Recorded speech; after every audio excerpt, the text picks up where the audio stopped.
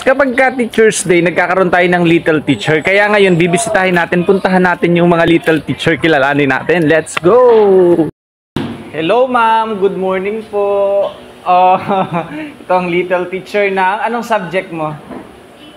AP. Pabili po. Kapag ka teacher ma'am ay may dalang tinda, di ba? Ano po ma'am ang pwedeng bilhin dyan? Anong pangalan ni ma'am? Dito kadali. Kikilalanin natin isa-isa ang mga little teachers sa bawat classroom. Hello ma'am, good morning. Ano po ang pangalan ninyo? Alaysa Siminita po. Alaysa, wow. Ang AP teacher. Thank you po. Ay, pero ano pong tinda natin dyan, ma'am? Naalala ko lang kasi dati yun. Ano kapag ka dati yung mga teacher, may mga dalang tinda.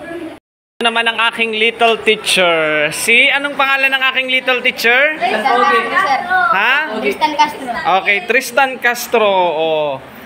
So, anong subject mo ituturo ngayon? Filipino. Ayan, tayo ay Filipino.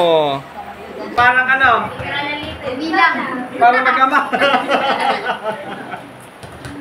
Gagalingan mo, sir, ha? Papaliwanag mo yan.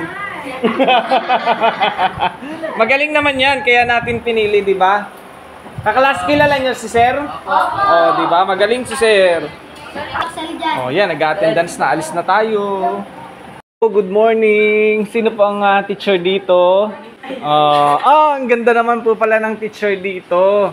Ano po ang pangalan ng teacher dito? Ano ang pangalan ninyo, ma'am? Sir, Carla May Almazahar.